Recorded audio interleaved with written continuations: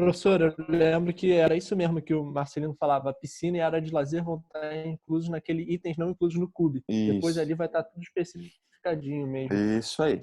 É isso aí mesmo. Então, pronto. Então, resolvido aqui a área menor. Não se assuste com a área menor, aquela história. Porque a área menor, vamos ver aqui, eu tenho grandes áreas, vamos ver aqui, uma área de garagem.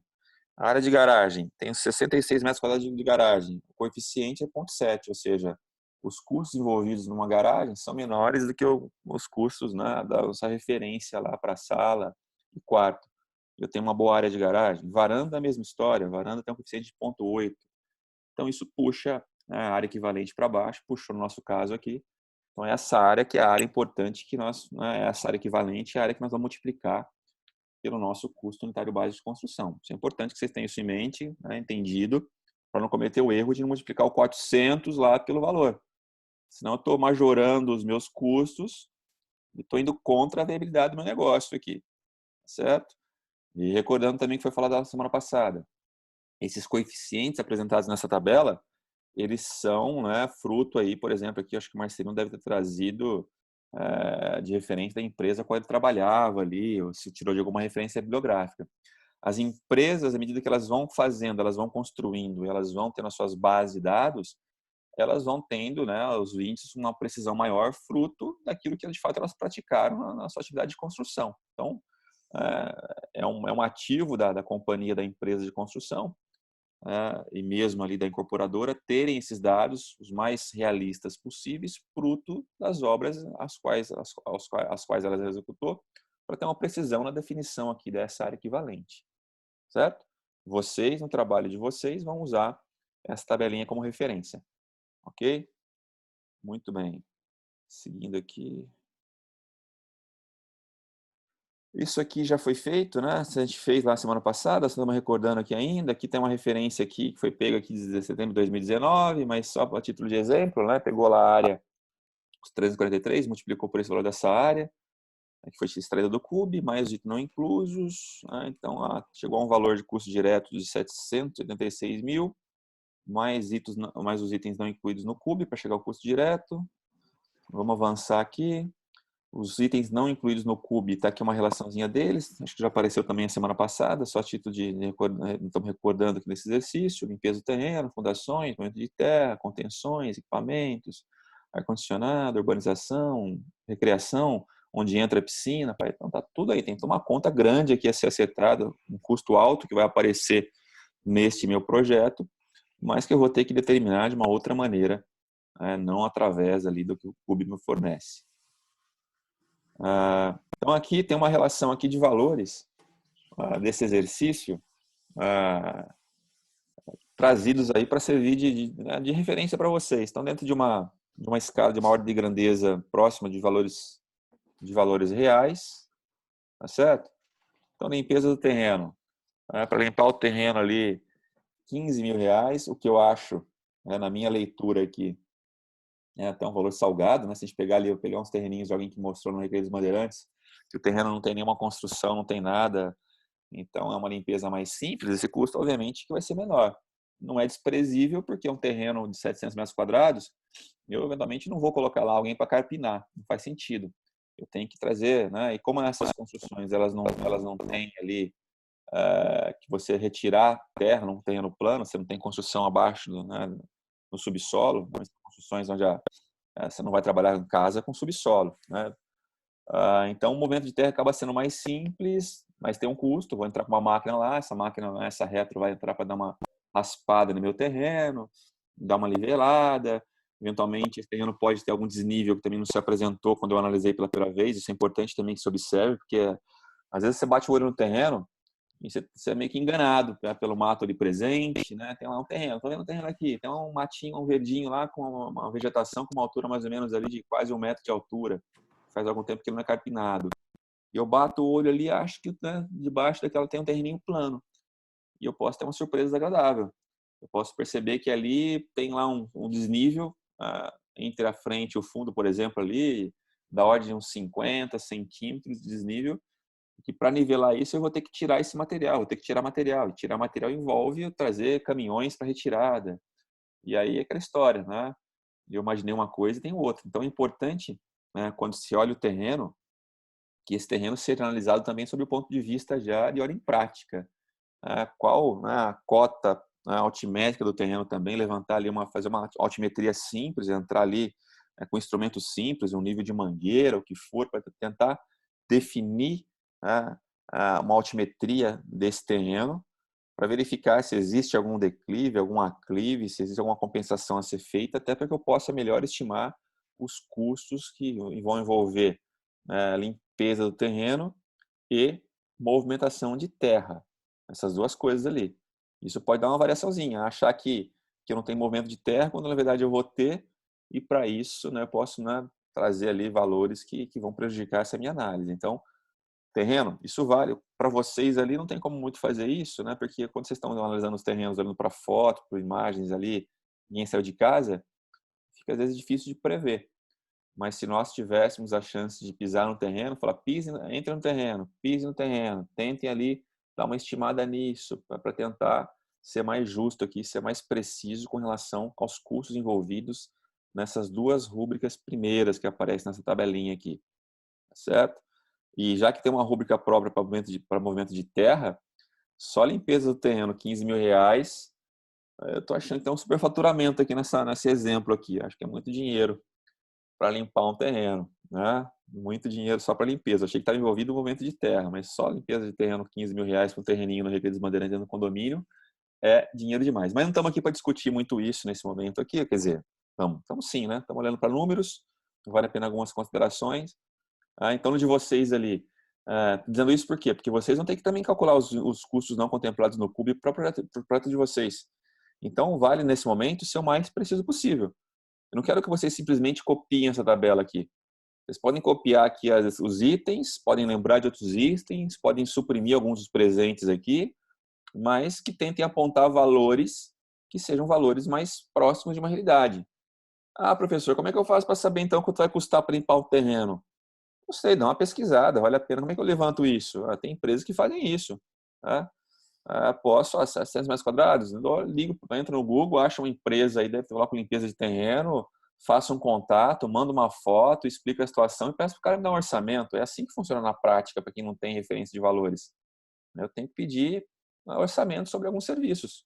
Então, mediante a solicitação de serviço na praça, vou às empresas disponíveis e peço para que elas orcem o quanto elas me cobrariam para poder fazer, para limpar o terreno.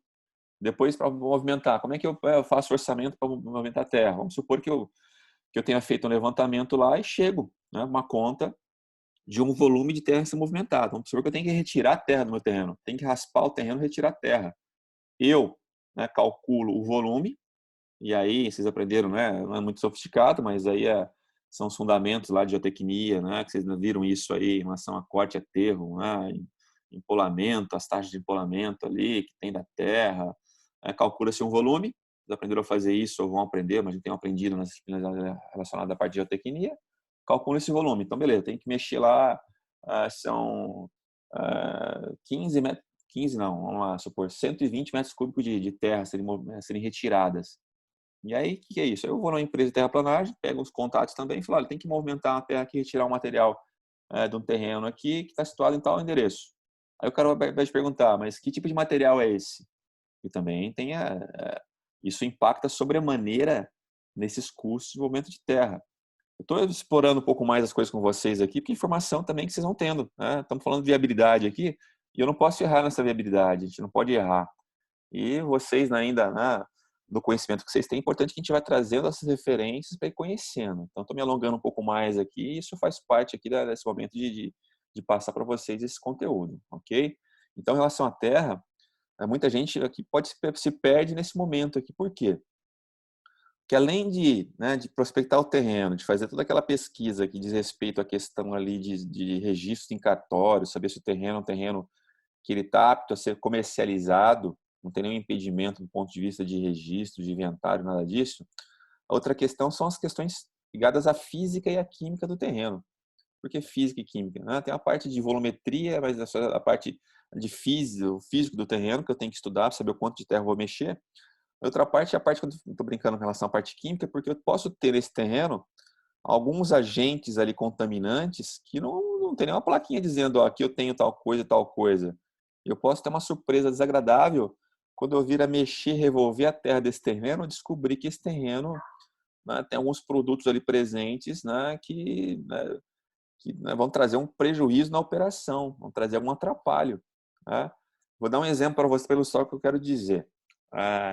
Certa vez eu estava acompanhando, né, participando de uma construção em São Paulo, e aí estavam nessa etapa de movimento de terra, retirada de terra do terreno, movimentando terras nesse terreno, retirando-se terras ali para descer até um nível, uma cota mais baixa, né? E quando a retroescavadeira estava lá cavando, ela bateu numa espécie de um metal, sentiu um barulho diferente, obviamente bem diferente da repercussão, né, provocada pela própria terra. Aí encontrou o cara da retroescavadeira, insistiu ali, perfurou esse metal e aí veio se descobrir que na verdade se tratava de um tanque de combustível enterrado, né, naquele terreno. Não sabia ser, né, não sabia inicialmente que tinha aquele tanque ali. Quando o operador da máquina bateu e perfurou o tanque, né, havia um resquício de combustível, de óleo diesel dentro do tanque. Esse diesel vazou para o terreno, né, para a terra ali, o que trouxe um grande atrapalho naquele processo, naquela operação, naquele momento. Porque o terreno deixou de ser aquela terra, aquele material, né, com aquela propriedade, passou a se configurar com um material contaminado, com a presença de um contaminante lá, de um combustível, né, entendido como contaminante, o que fez que ele mudasse de classe. Então o cara ele recebia para transportar, para retirar o material de uma classe tal, uma classe A. O material que passou a estar contaminado a partir daquele momento mudou de classe. Os custos envolvidos são outros. O bota-fora que esse material seria destinado seria um outro bota-fora, né, muito mais específico, próprio para receber materiais com contaminantes com o próprio combustível, né?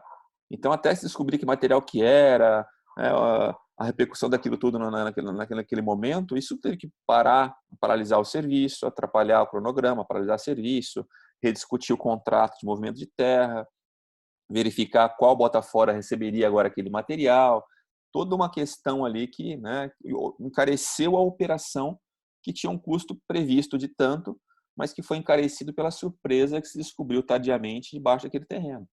Então, o exemplo, na verdade, de volta para trás, olha, estou em um terreno aqui, vale a pena aqui, nesse momento, eu ter um certo investimento, fazer uma sondagem essa que tem que ser feita para que eu possa ter traçado um perfil geotécnico do terreno que vai ser importante para a rúbrica seguinte, que são as fundações aqui. A fundação que aparece na sequência aqui, que tem uma cotação de mercado de R$80 mil para essa casa, tá? Essa fundação, ela é função do quê? Da carga da construção que eu vou pôr sobre o terreno e das condições, né, que esse terreno oferece para suportar essas cargas. A fundação entra no meio do caminho. Ela é a função das características do terreno, das propriedades do terreno e do carregamento que ela vai ter que receber e dissipar nesse terreno. Tem terrenos que têm uma condição muito mais própria, que levam a construção a ter um custo mais baixo. Ou seja, vamos pensar que nesse terreno aqui eu fosse trabalhar com uma fundação direta, ou seja, que não houvesse, né, nada de necessidade de perfurar, de cravar nada, uma fundação direta. E para uma fundação direta como essa, para receber não, o que interessa? Um terreno quanto mais resistente, melhor. Então, de repente, tem um afloramento de rocha, alguma coisa ali que confere a esse terreno uma propriedade muito grande, muito bem, ela é muito capaz e me livra ali de um alto custo de fundação.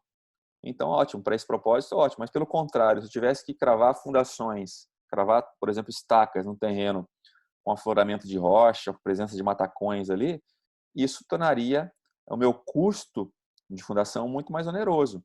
Então, eu preciso conhecer as propriedades do terreno para poder, né, melhor chegar a um custo da fundação da minha construção. Então, é importante, e as empresas, nos empreendimentos, elas contratam equipes que vão fazer a sondagem do terreno para traçar os perfis geotécnicos ali do terreno, para que essa informação seja passada ao meu futuro parceiro de fundações, meu projetista de fundações, e ele possa ali me ajudar a estimar a fundação que vai ser entregue, e com essa definição dessa fundação eu posso aí sim calcular os custos dessa fundação de maneira mais precisa. Então a sondagem é feita para esse propósito, para estabelecer o tipo de fundação e os custos obviamente envolvidos, que me interessa saber nesse momento, e obviamente, uma fundação também que leve a entender, se eu tiver que revolver esse terreno, se existe ali alguma propriedade química naquele terreno, algum contaminante, para não ter nenhuma surpresa, né, sobre isso ali. Então, são investigações que são feitas, né, em relação ao terreno, para que eu possa, nesse momento aqui, e isso tem que ser feito nesse momento. Então, entenda vocês que, olha, eu tenho que trazer aqui para a minha viabilidade os valores mais próximos da realidade daqueles que eu vou enfrentar se eu seguir em frente com o meu empreendimento. Então, não vou deixar para fazer a sondagem depois. Não, a sondagem ela é paga aqui agora. A gente pode chegar um pouquinho mais à frente no nosso estudo e perceber que, olha, o meu produto aqui, meu empreendimento, o retorno obtido com o que eu pensei aqui não é interessante, eu vou abrir mão, não vou seguir, não vou comprar o terreno, não. Não vou adquirir o terreno, vou partir para outro, porque esse aqui a conta não está fechando. Então, os gastos foram feitos. Gasta-se dinheiro, gasta-se recurso com a viabilidade, com o estudo de viabilidade. Por quê? Porque, dentre outros, eu tenho, por exemplo, no nosso exemplo aqui, de fazer algumas sondagens e, né, eu tenho que contratar uma empresa para fazer a sondagem e essa empresa, obviamente, vai me cobrar um valor para esse negócio, que vai estar dentro dos custos, né, do meu empreendimento, se eu seguir à frente com ele, ou vai fazer parte dos custos da empresa se eu decidir por não comprar esse meu terreno. Mas o importante é que essa sondagem, essa análise seja feita nesse momento, para eu poder carregar aqui custos que sejam custos, né, realistas e não, assim, arbitrários. Óbvio que para o trabalho de vocês, voltando agora no negócio de vocês, a gente não vai contratar sondagem, não vai chegar, estamos aqui, mas é importante que se fale, tem que ser feito na realidade. Então, né, na rubricazinha de limpeza de terreno, vamos dar umas piadinhas pela foto lá, preciso limpar, vou dar uma ligadinha para saber mais ou menos quanto custaria. Consigo estimar, consigo saber que você tem lá, faço uma consulta telefônica para aquele terreno, dá uma levantada no perfil do terreno. Tem que movimentar? Quanto me custa essa movimentação? Não tenho, coloco zero. Então, vou colocar zero ou não aqui em função de uma investigação que eu tento fazer, que tento levantar em relação ao terreno que eu estou trabalhando. Tá certo? Tentar chegar. Obviamente não vão gastar muito tempo para isso, mas tenta uma abordagem que coloque vocês mais próximo daquilo que é o real. E não simplesmente copiar um valor dessa planilhazinha para colocar no trabalho de vocês. Ok? Vocês estão com alguma dúvida em relação a esse momento até aqui? Bom, então vamos seguir. Então, fundações, falamos sobre as fundações.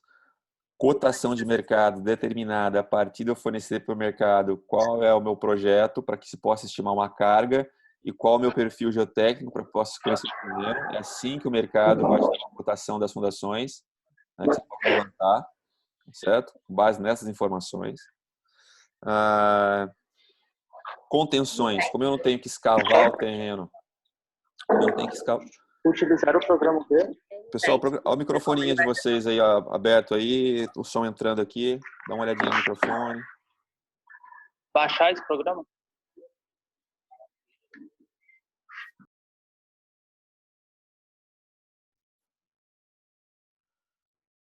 Bom, voltando aqui, então contenções, aquilo que entraria, se eu tivesse que escavar meu terreno, trabalhar uma construção no nível abaixo do nível ali né, do meio fio, isso, né, nos prédios onde eu tenho subsolos, eu tenho que escavar esse prédio, teria que conter, mas a contenção deixa a gente falar um pouquinho numa matéria que vem numa parte do curso, na segunda parte do curso, a gente explora um pouco mais as contenções com exemplos, com fotos, para vocês conhecerem. No caso de vocês ali, para quem vai fazer casa não tem contenção, para quem venha trabalhar com edificações, se está previsto um nível de subsolo, 2 níveis, vão entrar as contenções ali, e aí teria que, né, determinar um percentual a ser gasto com essas contenções. Equipamentos especiais, portões de acesso e tal, para o terreno, instalações mecânicas, né, não há previsão no caso da casa, ventilação e exaustão, previsão zero, automação também não vou considerar nada nesse caso do exemplo aqui, ar-condicionado, infraestrutura, instalação, equipamentos, cotação de mercado. Então, aqui dá para ter uma previsão mais realista, né? Qual seja, uma coisa é pensar num ar-condicionado central, uma casa. Outra coisa é pensar que eu tenho lá 3 ambientes aos quais eu vou condicionar o ar, vou refrigerar, e pensar ali, vou colocar um aparelho aqui de tantos mil BTUs, o aparelho custa tanto, a instalação custa tanto, eu consigo chegar a um valor bem razoável aqui para a parte de ar-condicionado. A execução de serviços complementares, de muros de divisa, vou ter que fazer muros nas divisas, nas laterais, no fundo, né? Isso não está contemplado no CUB, né? Tento estimar um valor ali, uma metragem de muro a ser feita e valores para isso. Obras e serviços complementares, falamos, utilização, urbanização não há previsão no projeto, já está lote na rua está urbanizada, já não tem que fazer nada por conta disso, no caso do exemplo aqui. Aí recreação, piscina e churrasqueira está fora, então quanto custa uma piscina, qual o tamanho da minha piscina, consigo, né, ter aí informações aí, pesquisando na própria internet de valores referenciais por metro quadrado de piscina, mas só para dar deixa eu fazer uma continha já para passar uma informação para vocês, no que eu tenho fresco na cabeça aqui, uma piscininha de 2 por 6, 12.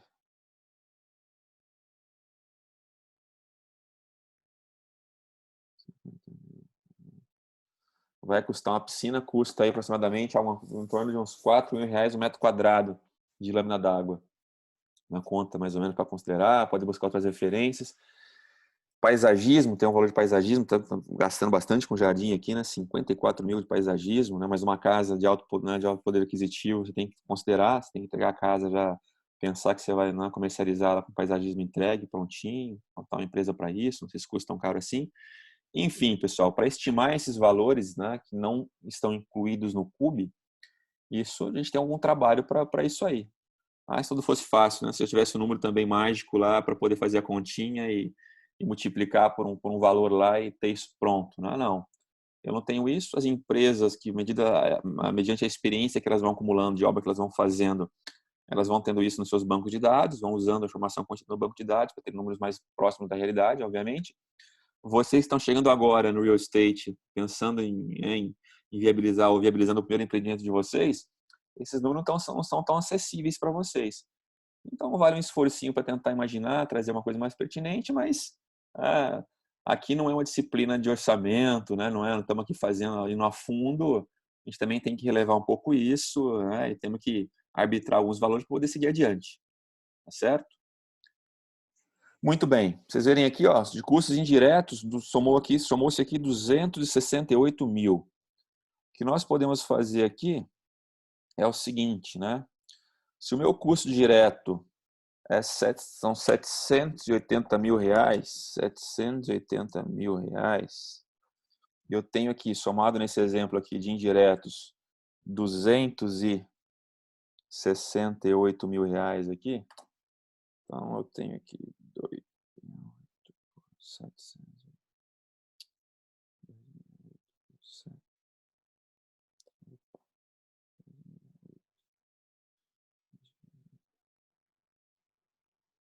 Eu tenho algo em torno de uns 35%, né? São os custos indiretos relacionados. 35% dos custos diretos, vamos entender assim. Então, assim, para aquilo que vocês iam fazer, no caso de vocês, para uma casa, né? Isso é um parâmetro para uma casa, vocês vão tentar compor individualmente cada um desses valores ali, trazer para a planilha de vocês, de maneira em que, né, que ao final ali, esses custos diretos não contemplados no CUB estejam próximos aí, então estejam entre 30% a 35% dos custos diretos, para não terem um valor ali que fuja muito daquilo que seria um valor mais realista. Entenderam? Então, trabalhei com um parâmetro aqui, fruto dos dados colocados, para que vocês possam trabalhar no projeto de vocês, ter uma referência, para que fecharem os valores ali, fazer uma continha deste valor de custo não contemplado no CUB em relação ao custo lá, né, do CUB, e que isso gira em torno de algo de 30%, 35%. Ok? Muito bem. Isso para custo direto. Então, consegui chegar aos custos diretos. Somei um com o outro, tem o custo direto da construção.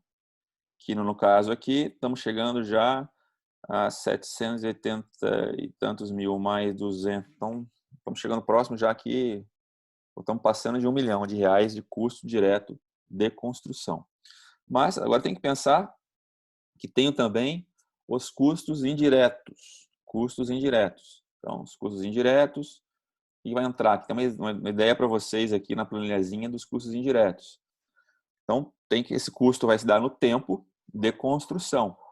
Estamos falando de custos de construção, indiretos de construção. Então, está associado ao período ao qual eu vou passar construindo. Período esse de construção é uma coisa também que eu tenho que entender, né? Como é que eu defino? Como é que eu defino o período de construção, porque isso vai impactar aqui nos meus custos indiretos. Se eu fizer a casa em 2 meses, meu custo de construção indireto vai ser 1. Talvez o meu custo direto eu não modifique tanto, mas o meu indireto vai ter um impacto. Ou se eu fizer uma casa em 6 meses, o custo vai ser outro. Então, como se define o prazo de obra, prazo de construção? Essa resposta a essa pergunta aqui, qual o prazo para construir um dado produto imobiliário, o prazo de construção, a gente vai aprender a dimensionar, determinar esse prazo na segunda parte das nossas conversas aqui, na disciplina. Na segunda parte da disciplina de edificações, nós saímos trazendo a vocês as ferramentas, né, todo o ferramental ali, para poder definir prazo. Para falar, ó, essa construção aqui, mediante a esse processo construtivo aqui com tais recursos, vão se demandar dos 7 meses, 8 meses, 9 meses. Esse número não é um número mágico. Para casa são 8 meses, para prédio são 8 meses. Não. Tem grandes números, mas nós vamos na sequência, na segunda parte, na segunda metade da disciplina, aprender e ensinar vocês como determinar o prazo. Então, esse 8 meses que aparece ali, que apareceu de forma mágica aqui, vocês vão entender a origem dele na segunda parte da disciplina. Ok? Então, para essa casa aqui, para esse exemplo, determinou-se 8 meses. Aí vocês podem perguntar, professor, mas poxa, eu tenho que trabalhar a viabilidade aqui agora, eu tenho que terminar esse meu trabalho aqui nessa parte, sem ter visto isso. Como é que eu vou fazer? Vocês vão habitar um valor, quer dizer, a gente vai estar casa, 8 meses, 9 meses, 7 meses, prédio, 18 meses, coloca um valor lá, um tal, para a gente poder fazer nossas contas, né? Entendendo que a experiência, depois, né, tem toda uma lógica de como de calcular isso, de estimar esse prazo, que a gente vai ver na sequência. Então, por hora, a gente trabalha com um valor que vai ser apontado ali. Se alguém tiver dúvida depois, professor, estou com uma dúvida aqui, quanto tempo eu considero aqui para construção? Né, quantos meses? Podem conversar comigo ali, com o Marcelino, com o Thales. A gente ajuda vocês aí a apontarem um cenário, uma duração, um prazo para a obra, que seja mais ou menos ali assertivos, deixando para o segundo momento do curso para que a gente possa, de fato, entender e aprender como se calcula isso com propriedade. Ok? Pois bem, então aqui 8 meses foi o que foi determinado, o que aparece para a gente, tem lá engenheiro civil, é o custo unitário do engenheiro civil, o custo unitário, o custo mensal, melhor dizendo, né, do engenheiro, do encarregado, do administrador, do apontador, do vigia, estagiário. Estamos falando de uma casa aqui com uma estrutura de administrativa de prédio, né? Na verdade, para fazer uma casa, eu estou aqui com um recurso aqui, diria, na minha leitura, né? Como eu estou pegando as planilhas que são passadas pelo Marcelino, eu estou com um superdimensionamento aqui de... mas ele deu uma considerada na quantidade, né? Ele considerou 4 meses de engenheiro, 8 meses de encarregado, 10 meses de administração, apontador 8 meses, né? Tá um pouco, né, talvez superdimensionada aqui a equipe administrativa, de supervisão de obra para fazer uma casa. Talvez eu tivesse um tempo menor de engenheiro ainda, né? Engenheiro civil vai aparecer na minha obra para dar uma checada ali, o que eles fazem ali e tal, na parte para conferir a estrutura, conferir fundações, estrutura. Depois esse engenheiro acaba meio que até desaparecendo da própria obra, na maioria dos casos, ali a cidade da presença dele tão marcante assim. Enfim, também não estou aqui para ficar discutindo pormenores da estrutura administrativa, mas é o que nós temos aqui no exemplo. Então, nosso exemplo, estamos puxando bem aqui, olha só. Nossa supervisão de obra está custando aqui para a gente R$230 mil, né? O que é um valor bastante salgado, né? E tenho mais ainda a questão de serviços gerais e canteiro. Implantação do canteiro de obra, R$45 mil, uma verba de R$45 mil. A manutenção e operação do canteiro, R$20 mil por mês. Meu pai do céu. Que estrutura é essa? Que estrutura para fazer um prédio. Equipamento e ferramentas, 60 mil. Altíssimo. Esse aqui está altíssimo, está fora de propósito para fazer uma casa. Eu falo isso, eu acabei de construir uma casa no ano passado e se eu tivesse esses custos aqui, pelo amor de Deus, estaria morto. Enfim, vocês podem ser aqui um pouco mais comedidos, né, nesses custos aqui, tá certo? No caso de vocês, principalmente para quem está fazendo casa, se quiser depois, né, propor um custo ali, discutir comigo, a gente rever ali para chegar a um custo indireto mais realista, né? porque eu estou achando esse custo aqui um pouco superdimensionado. Vale a pena também lembrar aqui que os encargos sociais já estão contemplados aqui nessa tabela. Então, assim, quando fala R$16.200 para o engenheiro civil, é o custo mensal dele, já com os encargos sociais, aquilo que eu preciso pagar de encargos sociais para esse recurso. Assim, vale para o encarregado, para o administrativo. Tá? Então, os encargos sociais na casa de 80%, eles estão contemplados aí nesses custos envolvidos. Ok? Muito bem. Então, tem aí um custo total de 498, quase R$500.000 em indiretos, que dividido nos 8 meses de construção, chegam ali a 35.600 em média, né, reais mensais para poder tocar essa obra, para levar essa obra adiante. É administrar a supervisão e o canteiro de obras, né, R$35.000 mensais.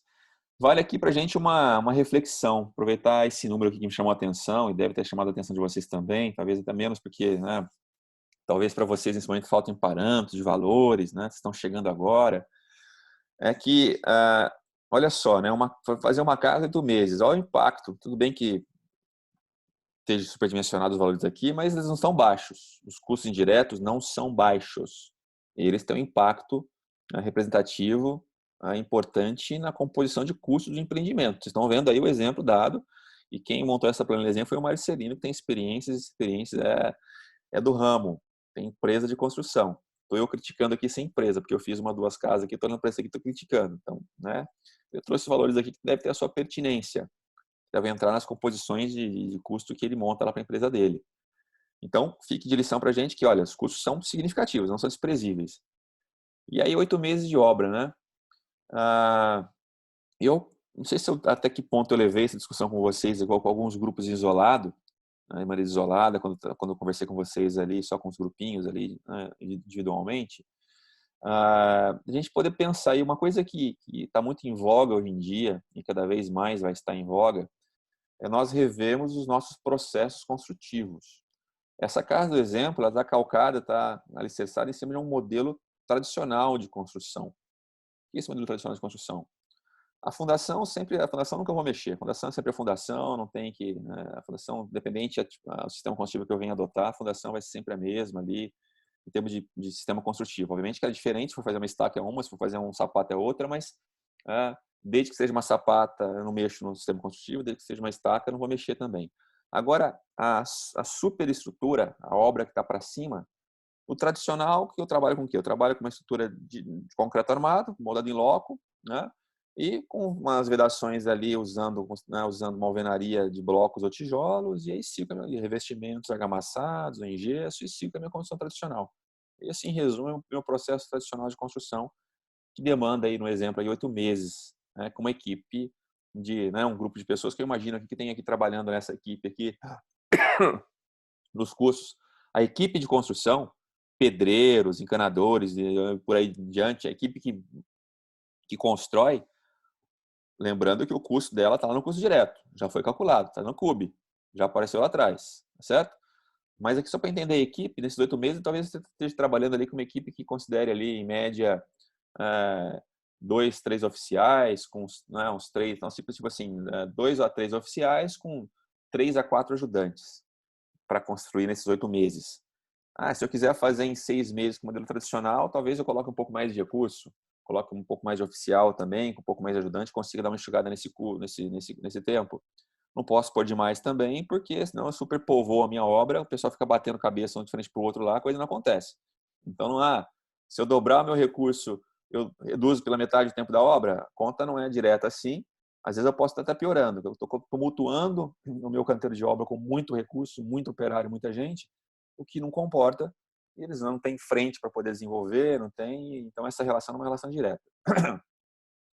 Mas onde eu quero chegar aqui? Na construção tradicional, as coisas dão de um jeito. Como é que eu faço para reduzir custo, reduzir tempo de obra, pensando também em economizar com os custos indiretos envolvidos aqui? Vocês estão vendo o tamanho desse indireto? Eu posso rever o meu sistema construtivo. O que muito se discute hoje em dia, de eu deslocar as minhas operações para fora do canteiro, mudar o meu sistema construtivo, usar outros processos e sistemas construtivos que me permitam deslocar as minhas tarefas, a minha construção para fora do canteiro, para dentro de uma fábrica. Desenvolver na fábrica a minha construção, o meu processo construtivo, e trazer para o meu canteiro componentes, painéis, módulos, aos quais eu vou trabalhar acoplando-os e, com isso, reduzindo o custo de obra, né, que carrega sobremaneira esses indiretos. Então, há maneiras de mitigar, de diminuir os indiretos quando eu repenso e revejo o meu sistema construtivo. Para um exemplo só, para a gente não se estender muito nisso aqui, porque não é o propósito dessa conversa nesse momento, mas se eu substituir a minha estrutura de concreto armado, mudada em loco, por uma estrutura metálica, né, eu vou reduzir, numa casa como essa aqui, algo em torno, talvez ali, sem medo de errar, 1 mês de construção. Eu sairia de 8 para 7 meses. Saindo de 8 para 7 meses, vamos pensar que uma conta grosseira aqui, eu teria uma economia aqui de R$35 mil só nessa redução dos indiretos. Tá certo? Ah, professor, mas olha, o custo, a estrutura metálica, de repente, ela é mais cara do que a estrutura concreta? Não sei. Eu tenho que fazer o projeto, tenho que fazer conta, tenho que verificar minhas contas e tenho que considerar na minha análise essa minha redução dos indiretos. A hora que eu trago a redução dos indiretos para dentro da minha conta de análise do sistema construtivo, pode ser que eu justifique a escolha de uma estrutura metálica, né, consiga chegar a um custo que seja equiparável ali, olhando o empreendimento como um todo, e consiga ainda ter o diferencial da minha empresa de entregar para o meu cliente aqui uma casa 1 mês antes do prazo, eventualmente, que a concorrência estaria entregando. Tá? Então, eu posso mexer nos tempos, mexendo em tecnologia de construção. E isso é interessante também, né, nesse ponto especificamente, porque eu consigo com isso reduzir custos indiretos. E reduzindo custos indiretos, né, eu tenho uma economia de custo que vai ser interessante para a viabilidade do meu empreendimento como um todo. Então, assim, só a título de exemplo, sem querer entrar muito aqui, né? Se vocês quiserem perguntar alguma coisa aí a esse respeito, fiquem à vontade. Né? Mas só mencionando aqui, chamando a questão dos 8 meses travados, como é que eu faço para mexer nisso, como é que eu faço para reduzir custo aqui. Por quê? Porque aquela história.